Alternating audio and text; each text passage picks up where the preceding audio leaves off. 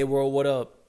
Want to cover more about Giannis Antetokounmpo and the Milwaukee Bucks approaching a couple more weeks until the NBA playoffs are setting upon us. Now, with Giannis and the crew, they've always been pretty much the number one seed in the whole NBA and the number one seed in the Eastern Conference for the last 2 seasons or so. The Milwaukee Bucks are now a different team as it is. We've seen the flameouts from the Bucks in both the 2019 NBA season in the Eastern Conference when they flamed out losing four in a row to Kawhi Leonard and the Toronto Raptors. The next following season with Giannis Antetokounmpo and the crew, we expected him to get better, especially in the playoff run that Kawhi left to the Western Conference, and it should have been a runaway for the Milwaukee Bucks to pretty much represent the Eastern Conference. And the Milwaukee Bucks flamed out in the second round to the Miami Heat, which the Miami Heat should have swept them, but it was a gentleman's sweep. Now, there have been kind of excuses about it was the bubble, they didn't have home court, they didn't have any fans, no momentum, yada, yada. I don't want to hear that. That is still does not excuse why the Bucks were nearly swept and Giannis pretty much flamed out in that series. Now we're in a position to where the Bucks right now, they brought in Drew Holiday. You did lose a couple of pieces internally, and they're pretty much trying to figure themselves out if they can actually represent the Eastern Conference, if Giannis is actually that guy or not. The Milwaukee Bucks right now are sitting at a third seed in the Eastern Conference, and they're not going to reach the first or second seed. That's not going to happen, even though they're pretty close in the standings. But I fully expect the Brooklyn Nets and the 76ers to go back and forth to finally represent the number one and number two seed. The Bucks will be stuck at a third seed. They have a well-rounded multiple games in front of the fourth seed as of right now, which is looking like the New York Knicks. So I fully expect the Milwaukee Bucks to pretty much face the 76ers or the Nets in the second round, and that's going to pretty much determine, on my case, if internally what other retooling direction do they need to go with a new head coach, let alone if Chris Middleton needs to go.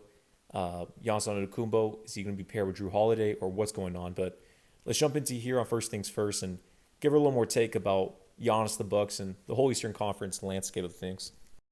What do you make of Giannis's comments that this felt like a playoff game for him? Well, during the season, you always circle a couple games on the schedule that you look forward to playing. I think Giannis is starting to look at the seeding right now and starting to put things in perspective on who they possibly could be playing in the first round, or probably the second round. You're going to probably see Philadelphia if Brooklyn's able to win the Eastern Conference. So I can see him having that mentality going into the game. They're healthy. They're at 100%. PJ Tucker's playing. Bobby Portis, they had a full roster. So Giannis is probably looking at this is going to be our team.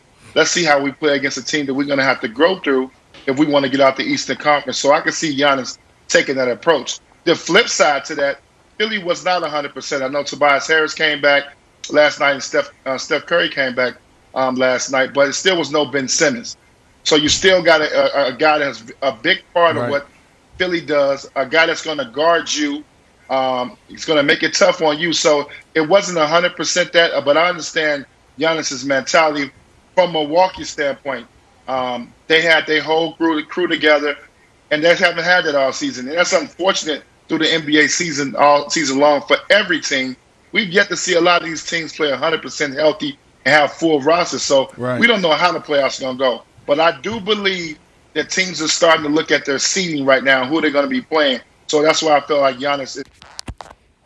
Bucks and Giannis, they fully understand they're most likely going to face the 76ers in the first round, or my bad, in the second round in the semis. But don't be surprised because the Bucks could potentially match up with the Celtics or the Heat within the first round.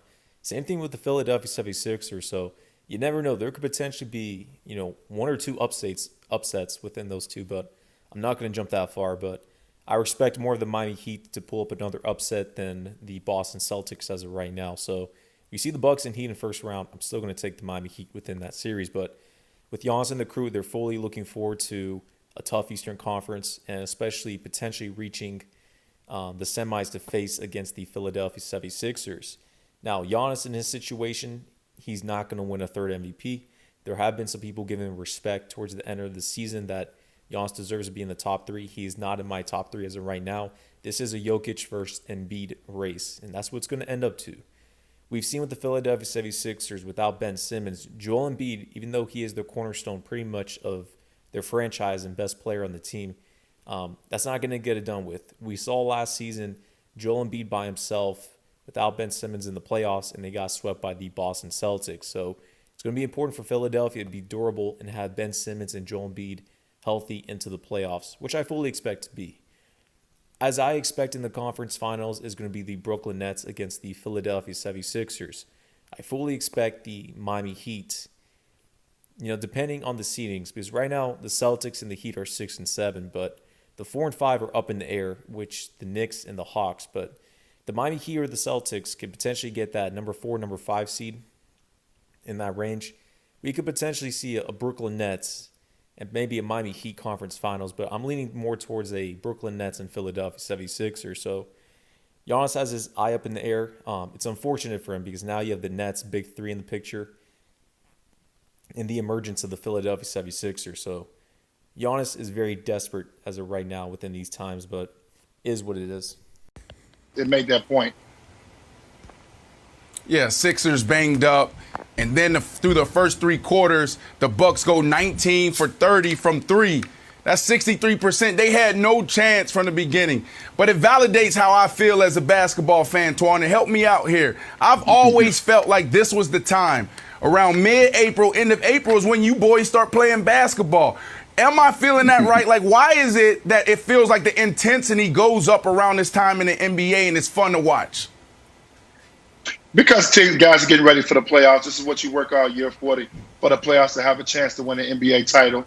And guys started to realize, and certain matchups, Brandon, you try to avoid certain matchups. And teams are getting geared for that. Coaches, the players, they understand that. Some teams may have your number. You may back. In our championship run, we wanted to stay away from the Chicago Bulls. The Bulls took us 6 games. The following year, after winning the title, they swept us. That was a team that we wanted to stay away from. So it just happens like that. I think guys are getting more healthier. We're seeing teams now, rosters starting to fill out. So this is why you start to see better basketball. I'll tell you what, Antoine, the Bucks are the most undervalued stock in the NBA. 2-time MVP Giannis. No one's talking about him for a 3rd MVP. No one's really talking about the Bucks. He treated this like a play. Well, no one's talking about the Bucks because they flamed out in back-to-back playoff series. And we let 2019 kind of go away with because, number one, it's the conference finals. And that was the first time Giannis and the Bucks within that tenure, they finally got out of the first round. So we understand he was young at 24 years of age. We let it slide because Kawhi Leonard and the Raptors were a bunch of veterans out there. But the next season, the Bucks were favorites over the Miami Heat. The Bucks were favored to come out of the East just in general. And you flamed out by pretty much nearly getting swept the Miami Heat within that. And Giannis could not close, and we pretty much have seen that. He gets a little tight, a little frisky at the end of games. So there's no surprise why the media is not covering the Bucks as much anymore. Plus, they're the 3rd seed in the Eastern Conference. The teams in the East right now are spotlighted and highlighted are the Nets and the 76ers. That's it. The Bucks are somewhat kind of irrelevant. Now, they're still a contender, quote unquote. You got to respect them, but, it's not too much people are really caring about. The Milwaukee Bucks, they're not coming out of the East, so it's not worth that conversation. And back with the Milwaukee Bucks and Giannis for an MVP, that's not the case. It's Embiid or Jokic going to be fighting it off. Giannis and the Bucks have been underperforming this season, especially in the beginning of the season. Now, Giannis does have numbers, of dominance, but again, they're the 3rd seed. There's better stories for Jokic and Embiid's performances, so no. Game, they got out to a 10-0 start, and they never put their foot off the gas. And I understand Sixers are on second night of a back-to-back. There's no Ben Simmons. That's actually a reason for the Bucks to let up. The fact that the Bucks just decided to destroy the Sixers, granted they had a little comeback in the end, but the fact that they led the whole game, and you see Giannis's mentality, and you see that they have something to prove after sort of flaming out in the playoffs. If they win on Saturday, Antoine, do you feel like there is a big mental edge for the Bucks winning back-to-back games against the Sixers? No, I just think that they're healthy. They're getting their rotations down. The addition of P.J. Tucker, Bobby Portis, Forbes. You add the guys to their team that's going to help them get over the hump. Obviously, we know about Holiday. But the other role guys, they got to get deeper. They wasn't as deep last year. You saw that when Giannis went out. They really only had Chris Middleton. So they've improved their roster a lot. But the problem with Milwaukee, and it wasn't highlighted last night, and we got to keep an eye on this. Giannis missed 8 free throws again last night. It didn't come into play because it was a blowout. That bothers me. He was 10 for 18 from the free throw line. He's had to continue to get better from the line if they're going to put the ball in his hands late. So those are some of the things they got to continue to figure out. And that's what I talked about. He has to get better if he's going to have the ball in his hands late in the game. He's 1A. Giannis has a very how do I say this? It's a very awkward shooting motion. It's very slow and very forced upon it. It does not smooth. It's not smooth. And even if he were making some shots, I still would back off and let us shoot it. Giannis really needs to get his jumper to go down with. I mean, number one on three, but number two, from the mid range, he needs to watch Kevin Durant highlights and needs to work on the pull of jumpers mid range on his side of things. Because he's got potential, man. But the only thing is free throws and just shooting, just in general. I mean, he's only shooting 30% from three-point range for the last 2 seasons or so. So that's something that's going to hinder, especially in the playoffs, where teams are going to back down and they're going to let him shoot the jumpers. And when it comes to becoming in the clutch in those moments, you're not going to be able to drive in and get those calls. You have to be forced to make jumpers. And putting my stock, no, I'm not going to put it on Giannis and the Bucks. Having one day in the MVP conversation with Joker being a close 1B. Either one of those guys, I'm fine with being the MVP. My problem with Embiid is that can he finish off these last 12 or 13 games without getting hurt and not getting out the lineup? If he chooses to miss 4 or 5 games, then the award should go to Joker. Somebody who's playing every game, who's putting up similar numbers that he has. Obviously, they're in the Western Conference where it's a lot tougher, but they're 18 games over 500. So I love the confidence. I love the swag. That's what makes Embiid great. That's what makes Philly fall in love with him. He likes that responsibility on him. And this year he's finally showed up. They can credit that to Doc Rivers if you want to and put him in better offensive positions and really getting him away from being a volume three-point shooter and attacking the basket more. That shows up because he's leading the league in free throw attempts. And he shoots 85% there. So he's done the work on his game to become the MVP. I just need him to stay on the court. And last thing before I end it off with the MVP race, as I stated before, either Jokic or Embiid on my side of things. Giannis and the crew, everyone else is somewhat irrelevant. They're not in the conversation. We got around 10 more games in the NBA. It's either going to go to Jokic or Embiid. Now, how I see the media trending for this vote, it's looking like they're going to vote for Nikola Jokic as it is. On my side of things, it's very close. I mean, the Nuggets and the 76ers are both at a 41-21 record. The Nuggets are 4th in the West, and the 76ers are 2nd in the East. Now, how I look at this, the 76ers and Joel Embiid has overperformed this season by a milestone. The Nuggets with Jokic, the beginning, around the first third quarter of the season, were underperforming with the Nuggets in general. Jokic was putting up numbers at a great rate, so that's good for him, but they were getting enough wins.